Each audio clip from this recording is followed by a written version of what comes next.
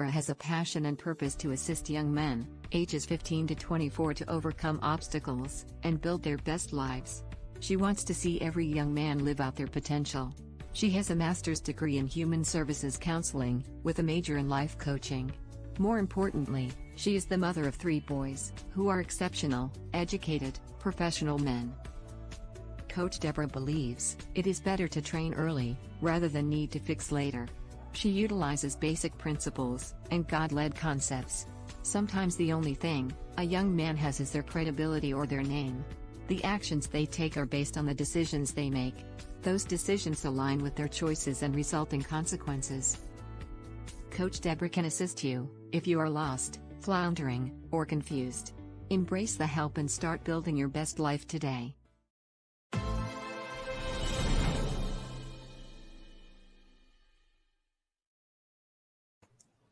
Happy Tuesday, everyone. Welcome, welcome, welcome to Build Your Best Life. I am super excited to have my sis, my partner in crime, Sister Orzie Lewis, here with me today. How are you? I'm fine. How are you? I'm doing wonderful. Yeah, that's great. Well, we are, this year is all about reach. We have to reach out and assist. We can't sit around and talk about what our young men are or are not doing. If we want to make a difference or see a difference, we got to be part of the solution. And that means reaching out and assisting them. So that's our theme for this year.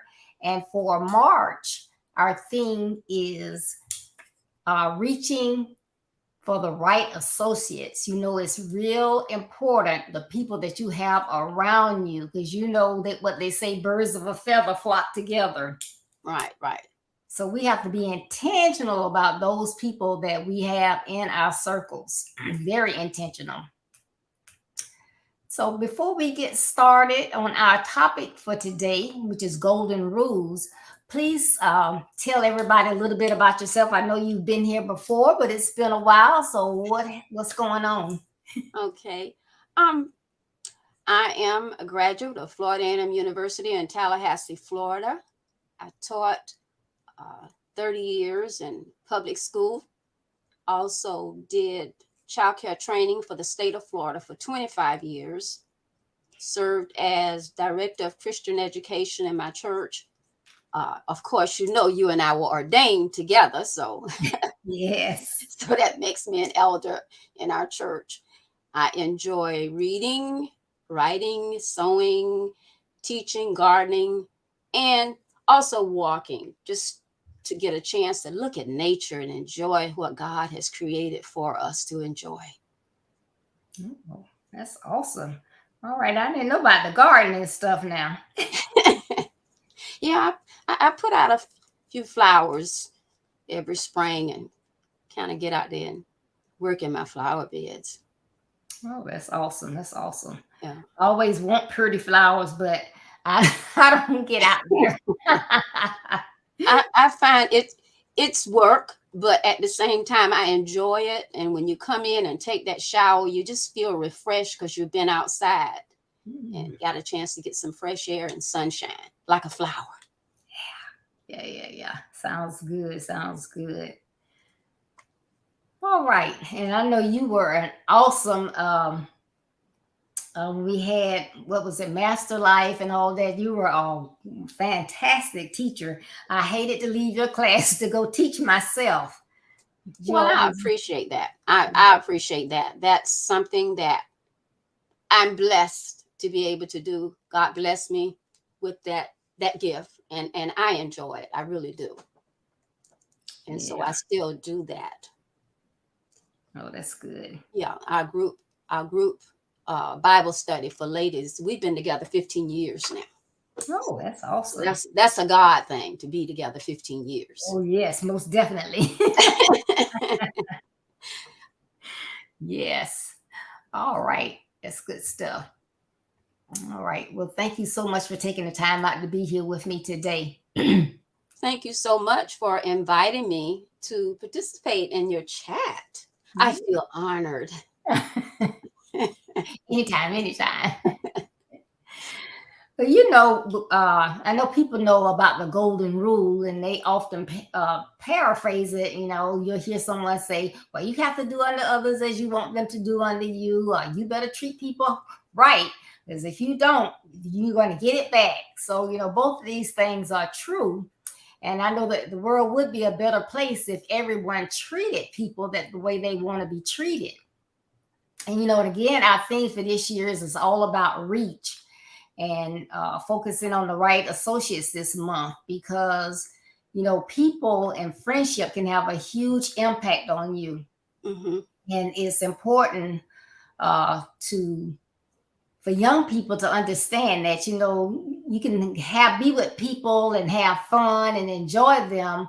However, is that the right circle for you? Are you being the type person that they need in their space, and are they being the type person that you need in your space? So, a lot of times they don't look at stuff like that. So we're going to discuss some golden rule tips on how to be a good friend. I think that's really important today. So first, you having raised a young man, an exceptional young man, please kind of explain for everyone as well as ourselves to be a qualitative friend and expect the same in your inner circle. What is that to be, a good friend and have those qualities? I think it's essential for our children and ourselves to be qualitative friends and expect those in our inner circle to also be the same. We need good character and good attitudes. Those are important. Integrity, reliability, respect, humility, and love are also important in relationships. Hebrews 10:24 says, "Let us consider one another in order to stir up love and good works." So we're here to encourage each other. And finally, we were created to be in relationship with other human beings as well as God. And this contributes to our overall health. Right. It is so important. Yes, to encourage and to have a relationship, like you said, that's the way God made us. He kept going after he had all the animals and everything, and then he decided to make humans, and it's like, hey, man should not be alone. And he, made woman. So it is an essential. God saw that we get together and have those relationships, and we encourage each other, love each other, and be kind. So yes, I think that is super important. Mm-hmm. It is. It is. It really is. Yeah. Well, some people think that they have to talk to someone constantly, be on the phone or texting or whatever for them to be considered as a friend. Or, people, when they go somewhere, they'll sit and they just talk, talk, talk, talk, talk, talk, talk. And, you and I together, and I got something I need to get off my chest, something I need encouragement on. And so I can't get a word in because you just talking. People don't realize that you don't always have to talk.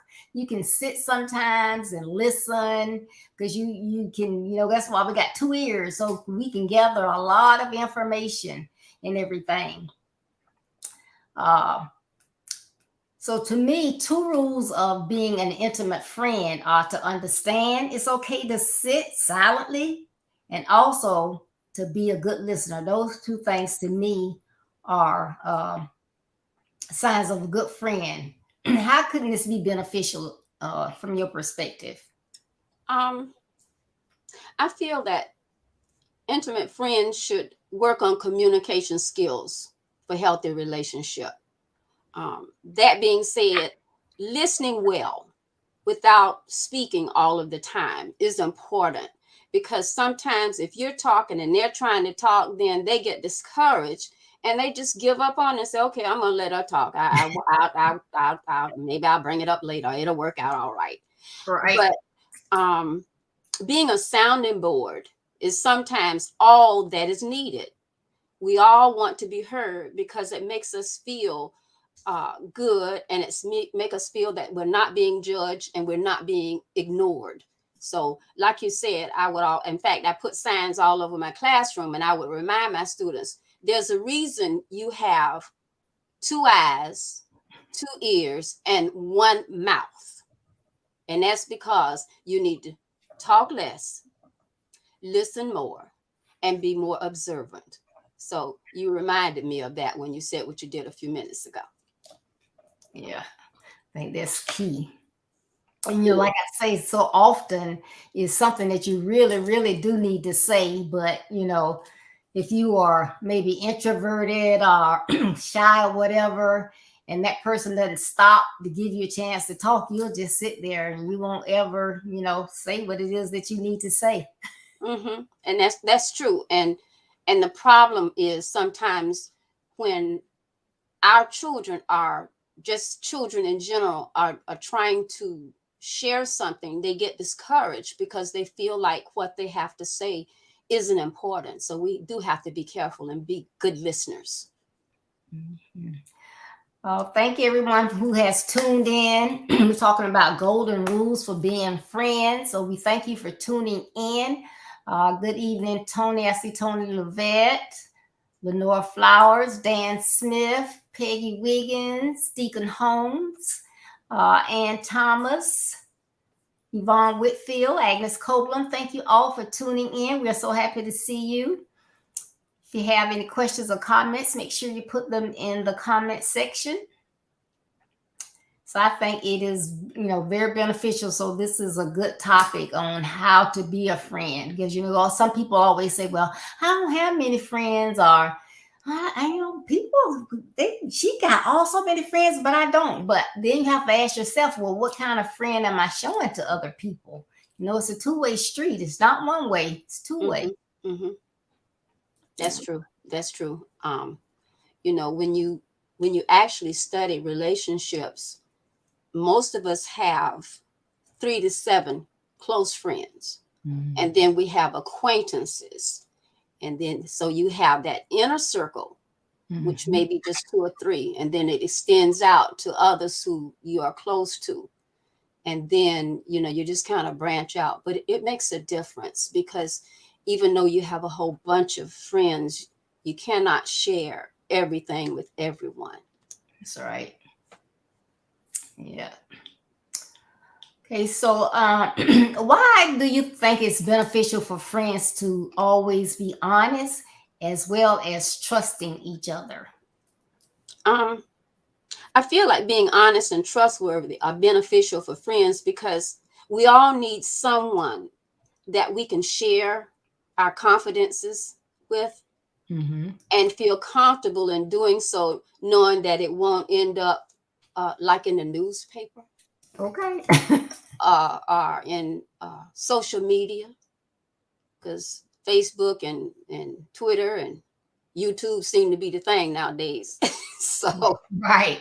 So we do need that. We do need someone to share our confidences with and feel comfortable that it's going to be right there with us. And it leads to a healthy relationship, and it's beneficial.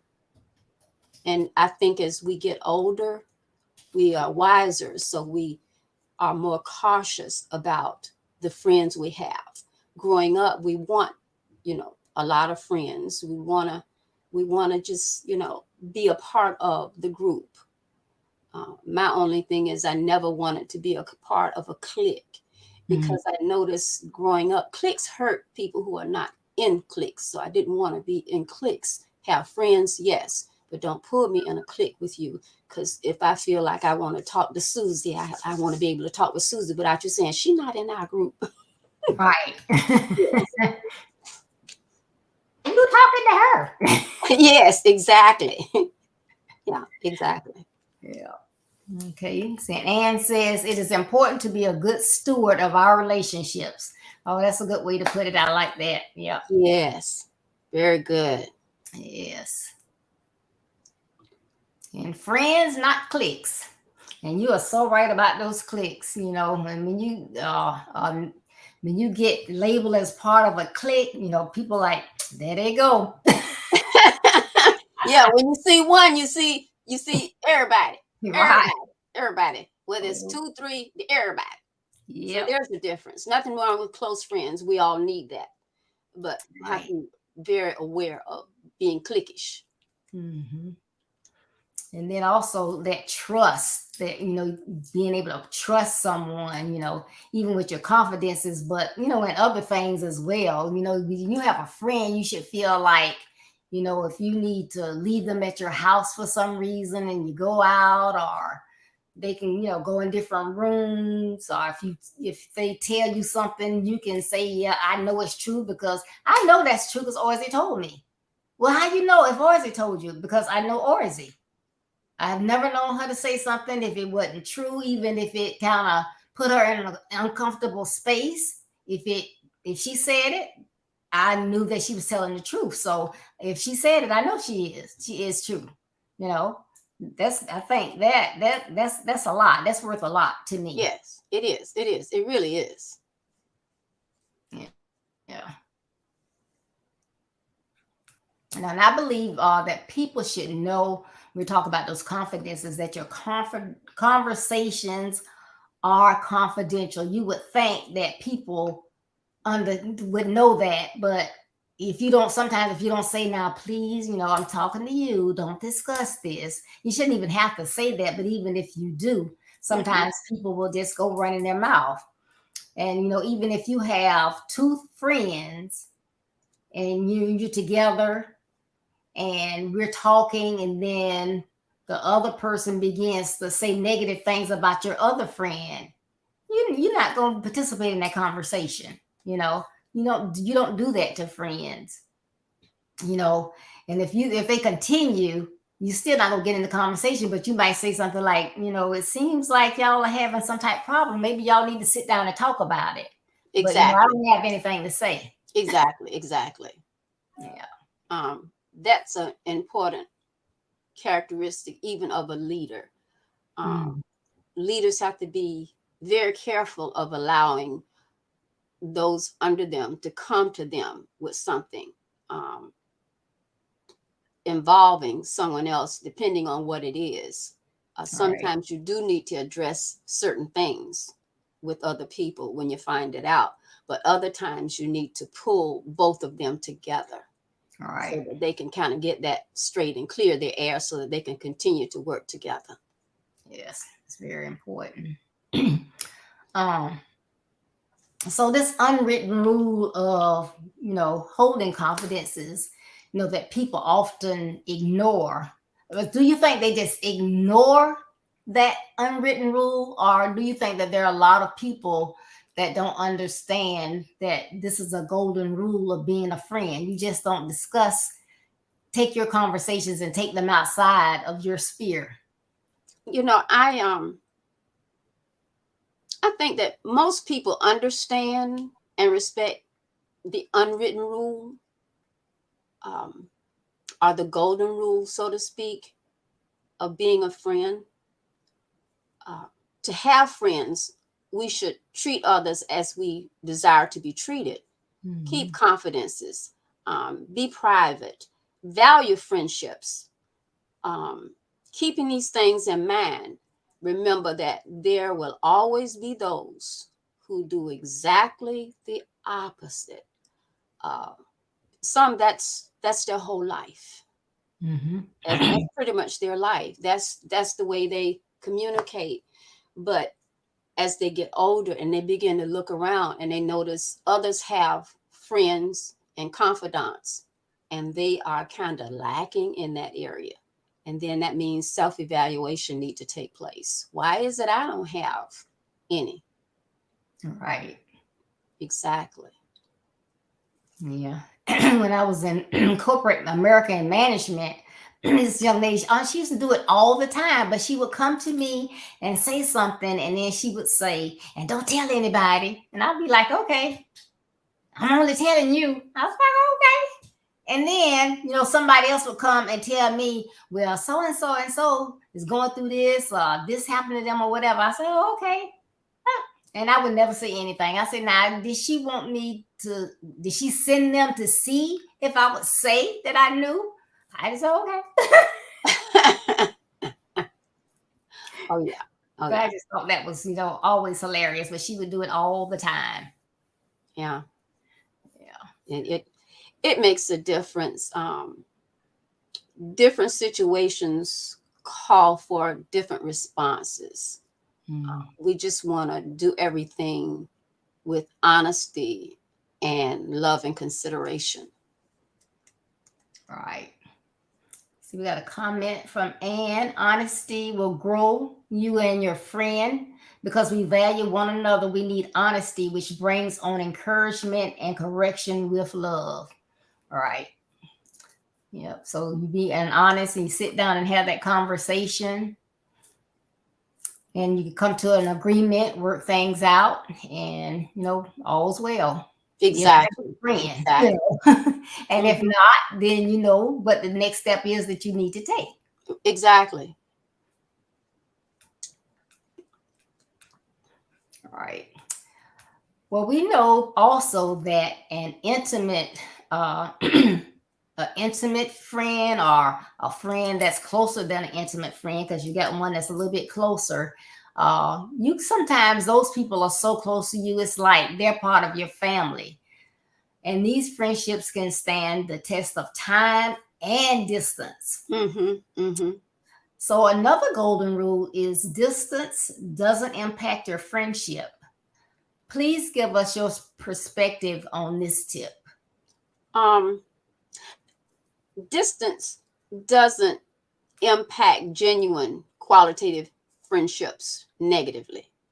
And I know this from experience. I have a friend who a couple of years or so ago moved. She left Jacksonville. She and her family moved out of state, but we still communicate. We either call each other or we'll send each other a greeting card to let the one that's not there anymore know that we still care about them. We think about them. We remember birthdays. We remember, holidays, and just kind of check on each other. Right. We just can't, go around the corner, drive over to each other's house anymore. Right.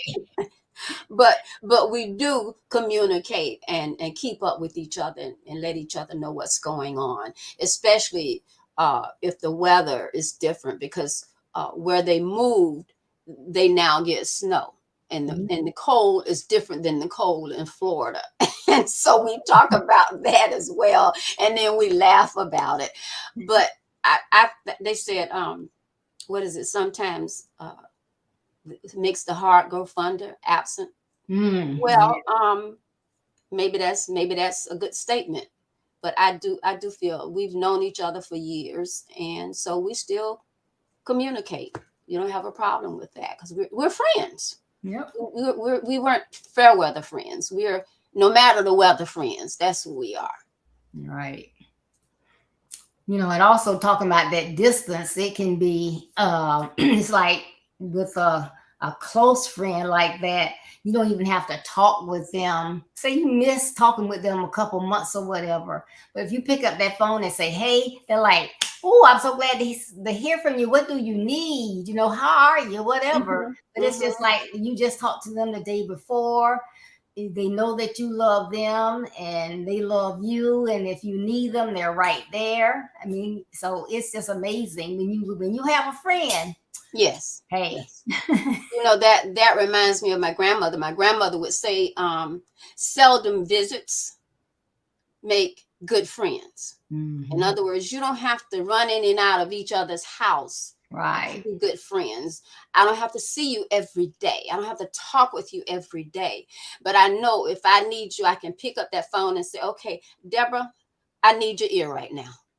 Or I need so and so and so. And so that's the way genuine friendship is. Yes. Yep. Yes. And those are wonderful. Exactly. Well, these are some good little tips, and it seems like they're just flying by. What they say, time flies when you're having fun, right? Yes. So that's what I like. Good information with friends, just have fun, not so rigid. And it's just wonderful. Exactly. Being flexible. Yeah. excuse me. I mean, you know, being your best life, my passion, my goal is to assist young men to build their best lives. So, you know, as we get near this conversation, I got three little rules that I'm going to ask you if you can reflect on. And one, I don't know if you want me to give them to you one at a time, but one is be yourself with your friends. The second one is your friends should notice when you are not yourself. And the third one, it's okay to show your emotions. Mm-hmm. Okay. In order to assist young men to build their best lives, we should first tell them to be okay with being themselves with their friends. Because if these are really their friends, they don't have to put on a show. They don't have to put on any airs. Just be who you are. They should feel free to be uniquely who God created them to be. This is how they grow and learn to trust themselves and to trust others. Right. Then talking about the friends should notice things. We have to encourage them to choose friends who have the same interests and goals. That makes a big difference. You need friends who have the same interests and goals. They don't have to be all of the same, but enough that we can communicate with each other well.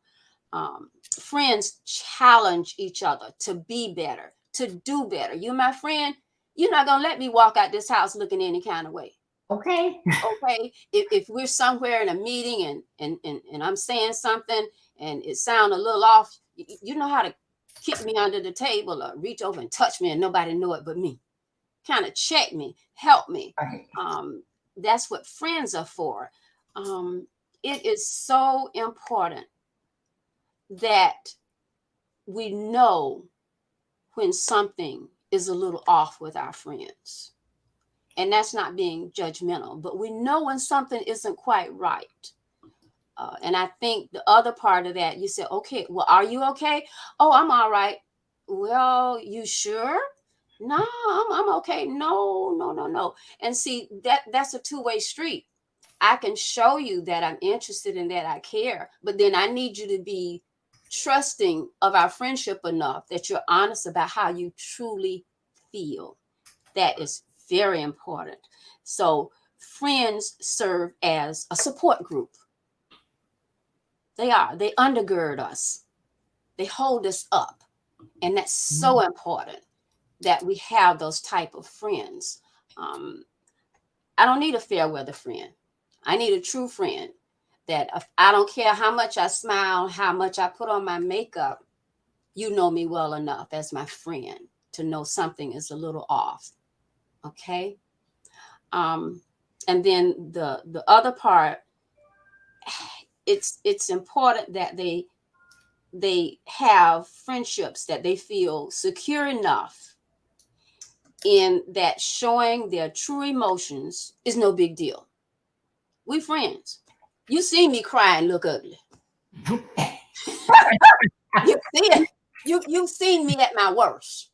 Why? Because I'm your friend. Right. And because I'm your friend, you love me for me. No matter what I have on, how I look.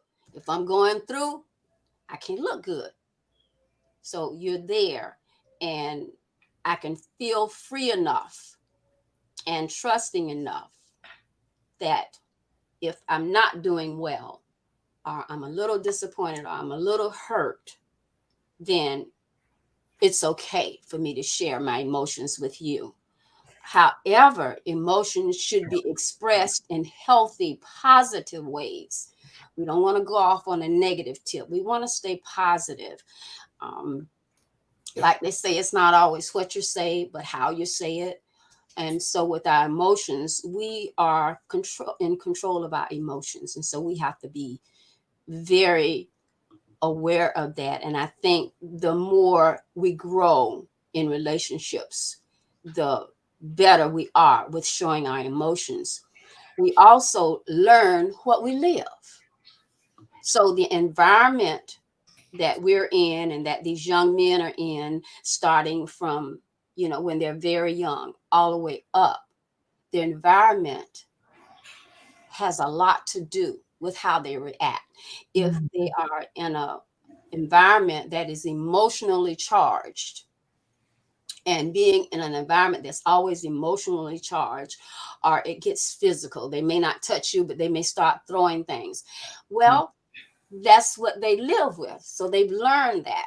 And so we have to be, as parents and as adults, model that behavior and let them know it's okay to let us know. It's okay to show that you don't feel so good or that you're not happy right now.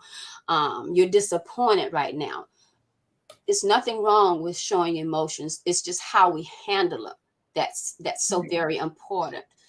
And to sum all of this up, we should model behavior as much as possible in a positive way.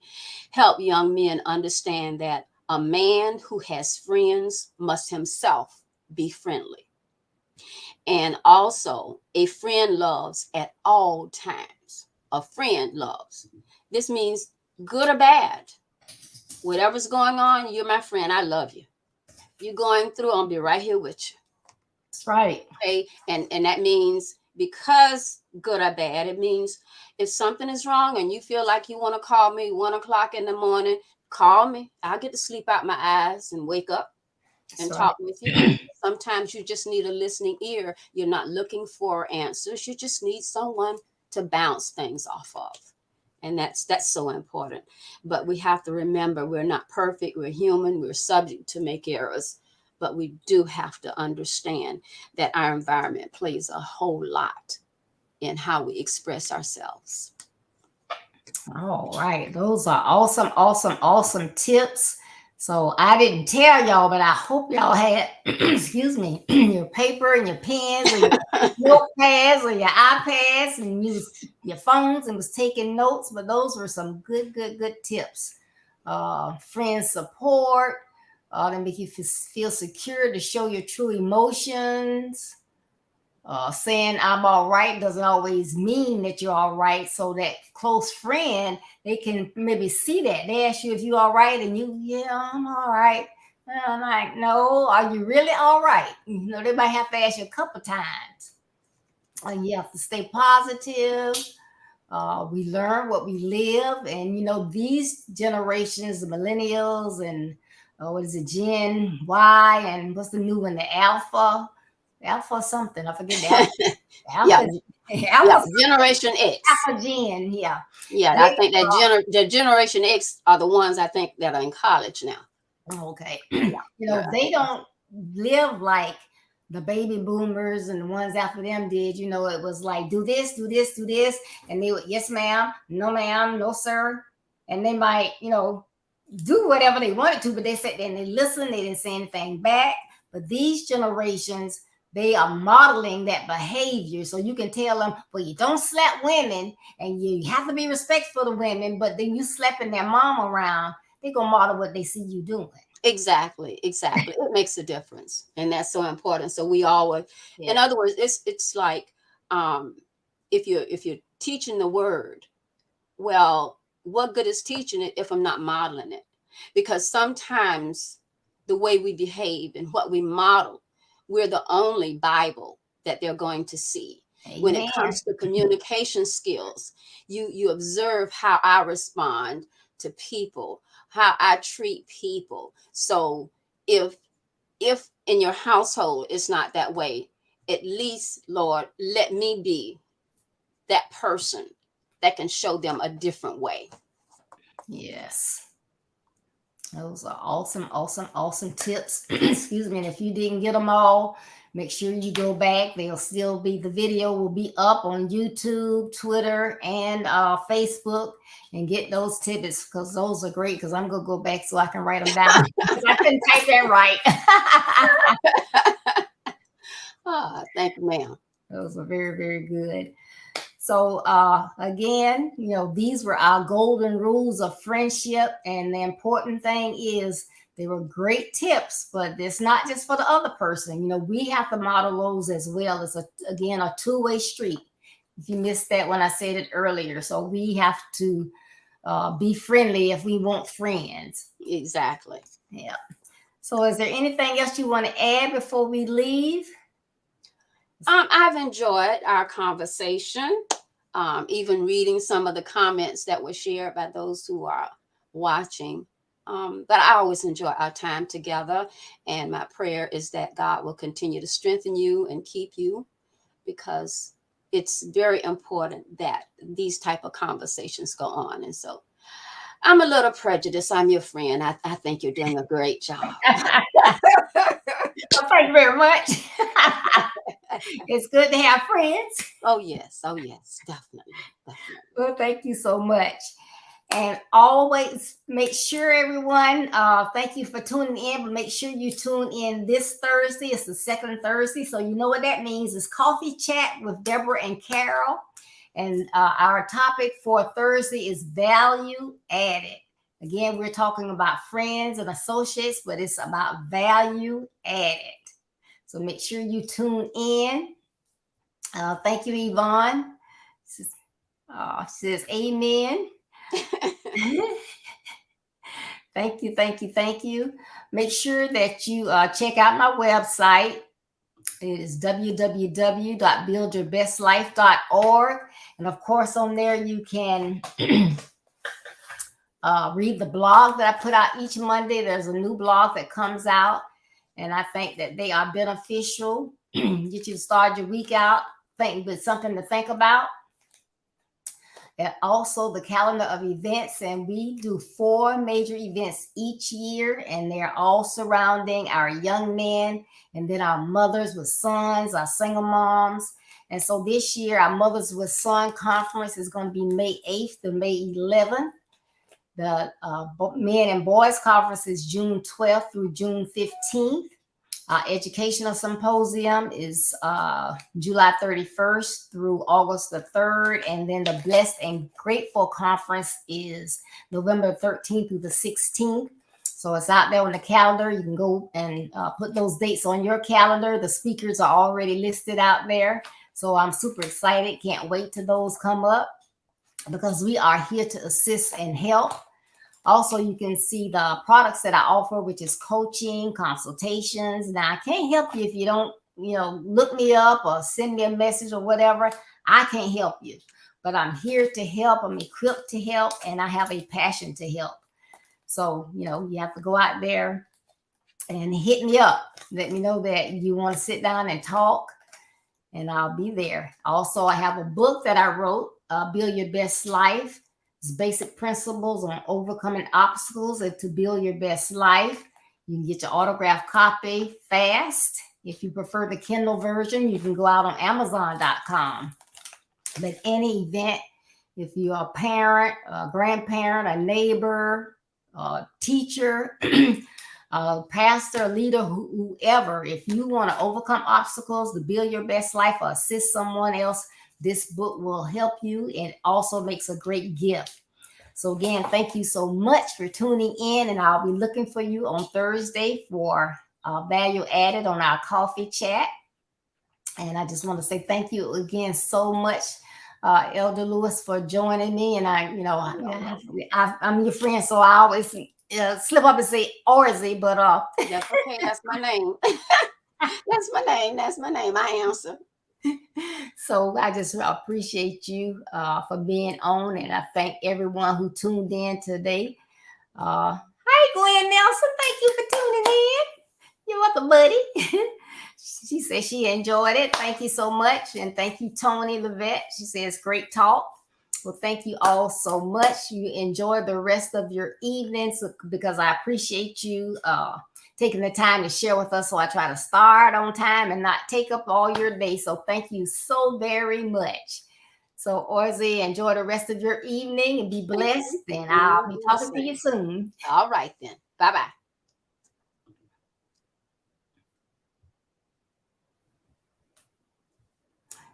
Good night, everyone.